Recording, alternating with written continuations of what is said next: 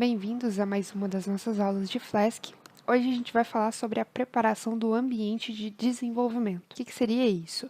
Para a gente começar a desenvolver uma aplicação, a gente precisa preparar o nosso computador para responder àquela aplicação, para executar ela da forma devida. Qual que é o problema, de um computador não preparado? Ele pode passar vários problemas, vários erros para a gente que não estão relacionados diretamente à aplicação. Então, por isso, a gente tem que preparar o ambiente, claro, preparar a forma como a gente vai organizar a aplicação, ou seja, a forma como a gente vai separar os arquivos, deixar tudo bonitinho ali, mais fácil de visualizar e de trabalhar em cima daquela aplicação. Ok? Para isso, a gente vai falar primeiro de uma ferramenta chamada VirtualEnv. Para quem não tem o VirtualEnv, é só fazer o pip install dele também. O VirtualEnv é uma ferramenta que separa um ambiente do nosso computador. Ou seja, eu vou criar como se fosse um computadorzinho, um segundo computador ali em cima do meu, que tem não tem instalações em cima dele, ou seja, não tem o Flask instalado, não tem as outras bibliotecas de Python que eu tenho, não tem nada instalado nele, de forma que as minhas instalações da minha máquina não interfiram naquele ambiente virtual. Então, dessa forma, eu já estou isolando também a minha aplicação, não estou deixando nada atrapalhar aquela execução. Às vezes eu preciso que a minha aplicação esteja rodando na versão tal do Flask, mas eu tenho uma versão mais atrasada ou mais adiantada do Flask instalado na máquina e seria interferir. Então, para que isso não ocorra, a gente sempre faz essa instalação no VirtualEnv, para que ele isole a nossa aplicação da máquina e não tenha essa interferência. Então, eu também já tenho o VirtualEnv instalado. Não vou instalar aquele aqui para a gente não demorar, mas vocês podem fazer essa instalação pelo pip install. Feito isso, a gente vai então iniciar o VirtualEnv. Seria dar o comando VirtualEnv, o nome do seu ambiente virtual. Eu costumo chamar o meu de venv, beleza? Além desse comando aqui, a gente pode passar um outro parâmetro, que é a versão do Python que a gente quer utilizar dentro desse VirtualEnv. Igual eu falei antes, a gente pode utilizar o Python 2 ou o Python 3 com Flask. Aí você escolhe a da sua preferência. Como eu tenho tanto o Python 2 quanto o Python 3 instalado na minha máquina, por padrão, o VirtualEnv, que está instalado, se não me engano, no Python 2, vai instalar dentro do meu VirtualEnv o Python 2. Só que como eu quero trabalhar com Python 3 aqui com vocês, eu vou falar para ele então -p Python 3 para ele instalar uma outra versão do Python no meu VirtualEnv, ok? Então, vamos criar aí esse venv. Enquanto ele cria aí, eu vou abrir aqui para vocês visualizarem. Olha só, ele terminou de criar aqui, instalou tudo que ele precisava, terminou. Eu vou abrir então aqui a aula Flask. Olha só, ele criou uma pastinha chamada venv, e dentro dela, então, estão as instalações que a gente precisa do Python e do pip para a gente utilizar esse ambiente virtual. Então, dentro de bin aqui, estão as instalações do Python e aqui também as do pip, beleza? Mais essa aqui. O easy install também está instalado, então se você não for utilizar o pip, pode utilizar o easy install. E, por último, um arquivo importante aqui é esse activate. O activate é o arquivo que vai fazer a inicialização do nosso ambiente virtual. Então, para a gente entrar dentro desse ambiente virtual que a gente criou aqui, a gente vai utilizar esse arquivo aí. No meu caso aqui, venv bin activate.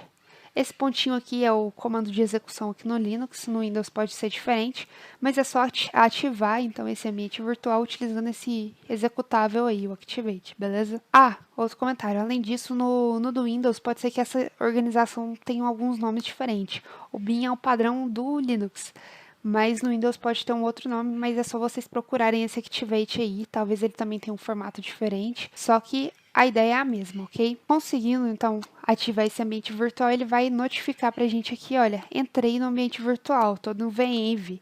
A partir desse momento, o meu terminal ele não está mais recebendo comandos para o meu computador, ele está recebendo para o ambiente virtual. Então, se eu quiser instalar o Flask, que eu ainda não tenho, eu tenho que instalar ele dentro do venv utilizando o pip com o venv ativado. Só para mostrar para vocês que a gente realmente está isolado do computador, no meu computador eu tinha o Flask instalado, no venv eu não tenho. Então, se eu tentar aqui com o Python 3 rodar o app.py, que é aquele arquivo que a gente criou na última aula, ele não vai conseguir, que ele está falando que o Flask não existe, olha. Não, teve um erro de import, não tem nenhum módulo chamado Flask, ok? Então, só para mostrar para vocês que realmente o venv isolou o nosso computador. Então, agora eu tenho que instalar o Flask. Eu costumo passar o caminho inteiro do pip. No meu caso aqui, olha, venv/bin/pip3. Para não ter problema, porque às vezes eu esqueço de entrar dentro do venv e se eu não tiver dentro dele e for tentar fazer o pip, eu vou instalar na minha máquina. Então, para não ter problema, ao invés de fazer só o pip mesmo, eu passo o caminho que se eu não estiver dentro do venv, passando o caminho, ainda assim ele vai instalar dentro do ambiente virtual. Então eu passo o caminho inteiro do pip que está instalado no ambiente virtual e dou o install, o nome do módulo, no caso da biblioteca. Então ele está instalando aí o Flask. Rapidinho ele instala o Flask. Se vocês separarem, ele instala junto com o Flask outras bibliotecas que o Flask utiliza por padrão para fazer o basicão do que a gente viu lá. Se eu for conferir aqui dentro de venv, lib, vou ter aqui Python 3.5. Dentro de site packages são as bibliotecas que eu instalo utilizando o pip, utilizando o easy install. Então tá aqui as que eu instalo, certo? Caso o Flask e aquilo que o Flask trouxe com ele, o Jinja, o Workzeug, tudo aquilo lá. Cadê o Workzeug aqui? Então tudo aquilo lá foi instalado dentro dessa site packages aqui. Se porventura algum dia vocês precisarem, vocês sabem onde está instalado. Mas ok, voltando aqui para nossa aplicação, a gente tem então o ambiente virtual. Estamos utilizando Python 3, o pip está tudo configurado. Então tá pronto para a gente começar a trabalhar em cima dele. Uma última observação que eu queria fazer é um comando do pip. Vou utilizar esse aqui, que é o freeze. O freeze ele traz para a gente tudo que está instalado no nosso ambiente virtual. No caso aqui, porque eu estou passando o pip do ambiente virtual, mas se eu estivesse utilizando o pip na minha máquina, ele estaria passando tudo que está instalado na minha máquina com relação ao Python. Então todas as bibliotecas Python que estão instaladas, ele retorna para a gente e mostra também, inclusive, a versão que está instalada. É costume a gente fazer isso aqui, olha. Pip freeze requirements.txt. Esse comando aqui, essa setinha, ela fala assim, olha, eu quero que a saída desse comando freeze seja gravada nesse arquivo aqui. O arquivo que eu passei é requirements.txt. Então, quando eu dou esse comando aqui, ele cria para mim esse aqui, requirements.txt, que é esse arquivinho que tem, então, aquela saída que eu falei.